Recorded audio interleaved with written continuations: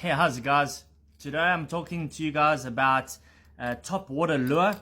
Everybody looks at this type of bait and most people will think straight to the River to Sea Whopper Plopper, which looks in a package like this, right?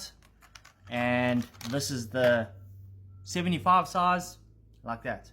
The reason why I'm chatting to you guys about this today is one, it's one of my favorite baits to throw.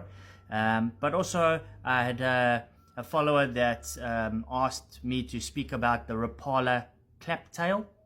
So the claptail from Rapala we do not stock. We stock the 6 cent scramble and we stock the River to Sea Whopper Plopper.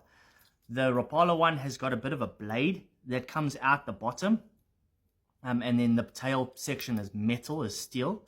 So I don't know how that will hold up to like rust and that sort of thing. Most of this stuff is all hard plastic, like a crankbait. I'm not sure about that blade on the claptail. I personally haven't fished it, so I can't give any advice on it or whatnot. I don't know if that blade will interfere with the tail action, because it's going to cause some disturbance in the water as well. But the videos that I have seen online, it does work really well. But the ones that we offer is the Rapala, is the 6 cent scramble. This is the 106, and then we offer an 80 size as well, slightly smaller. These hooks are sticky sharp, all right, so be careful. But they are quite narrow, all right. So the scramble from 6 cents is quite narrow, which will give you a very streamlined action, all right, in the water. And then the River to Sea ones, you can see they're quite fat. This is the 75 and this is the 106, you can see the width of them. This one will give a little bit more wobble in the water. Now, the reason why I like to throw these baits is you can retrieve it multiple ways. You can cast it out, hit the water, you can burn it back to you, and that tail will constantly just gurgle all the way. It causes an absolute ruckus. It's like a buzz bait and a frog, topwater hollow body frog, mixed into one. So it's got all the benefits, and you've got two treble hooks at one in the middle, one at the back, so the hookup ratio is really good. The only problem with this is you cannot fish it around cover, like scattered grass. It does pick up a bit of grass because those trebles, but it does do really well. Now you can burn it back to you from when it hits the water all the way to when it's at the boat. But I found as well as if you burn it 5 times, pause, that bait will sit in the water like this. And then you burn it again 2 times, pause. So you make a bit of an erratic retrieval, 5 times, 2 times, 5 times, 3 times. And the bass will key in on that. You can also use it as like a popper, so you can pop your bait, the bait, twitch it towards you, and it'll make a gurgle, and then it'll come up and it'll float. So you can find what the bass are actually wanting very quickly. You can cover a lot of water, and it works really well. It really does. Now I would fish this on a medium heavy rod. I want a bit of backbone to the rod, but most guys will fish it on a medium heavy with a bit of a harder backbone to a heavy action rod, and you'll fish it on braid. So yeah, I had some braid here. I wanted to show you the knot that I used, so let me find the braid. Okay, so I found the braid, and the knot that I would use is a Palomar knot. I use the Palomar knot for pretty much all of my fishing. I tie fluorocarbon knots with it. My fluorocarbon line, I tie a Palomar knot, and then my braid as well.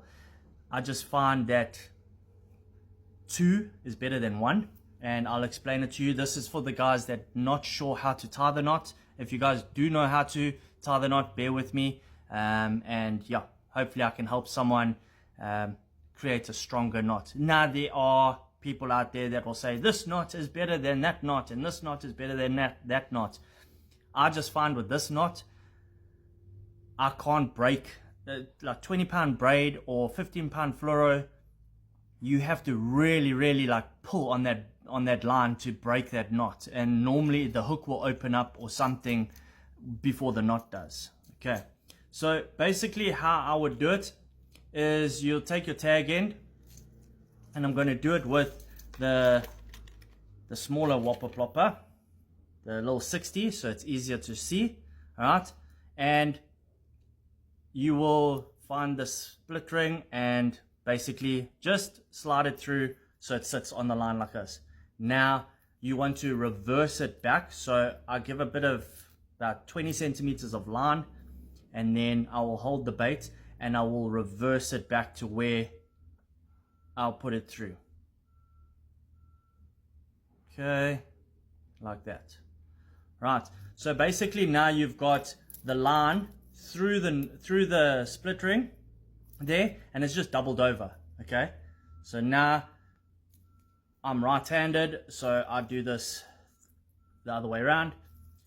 I put my finger through the hole there like that, right, just to hold it, so now that bait can slide up and down. Then what I'll do is I'll take my pinky and I'll put pressure down there so that the bait sits down, and I'll tie a single overhand knot, like a granny knot. So I'll just tie a single knot. I won't pull it tight. You can see there's the single knot. All right, like that. Okay, then what I will do is I'll take this loop and I'll put the bait through the loop. So basically I'll just open the loop like that. I'll grab the bait, I'll pull it through, I'll make sure that the knot is out of the way, and then it is over there, and I will slowly clinch down on the knot like that. Okay, obviously you want to put a bit of saliva, a little bit of water so you don't burn the fluorocarbon, but for showing you guys, I'm just crimping it down, and that is your knot there, and it is a super strong knot. There's 2 bits of braid that goes through the line, so instead of fighting the fish with 1 line there, you're fighting the fish with 2 bits there, and it's less chance of it wearing or breaking. So that's what I use. I've never had a problem with that knot.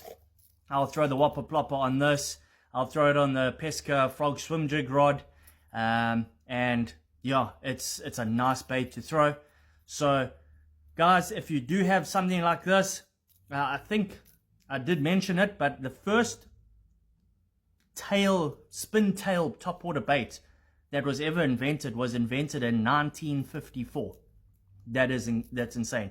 Obviously we've come a long way, and River to Sea actually produced the more modern popular one, and then everybody has kind of used their design to create theirs, their newer models like the Scramble and the Rapala one and whatnot. So yeah, guys, make sure you get a quality topwater spin tail bait because of the components involved. You don't want to get yourself a cheap one and then the tail breaks or the hooks break or something like that. Rather get yourself, invest in a good quality topwater spin tail bait and enjoy some topwater fishing. So guys, if you guys want to have a look at these, they're on our website. They're available at all of our Bass Warehouse stores. So yeah, maybe grab one, hit the weekend with some topwater, and send me some of your photos, your catches. I'm enjoying seeing them. So just DM me on TikTok, send it as a message or whatever, and enjoy. Cheers, guys.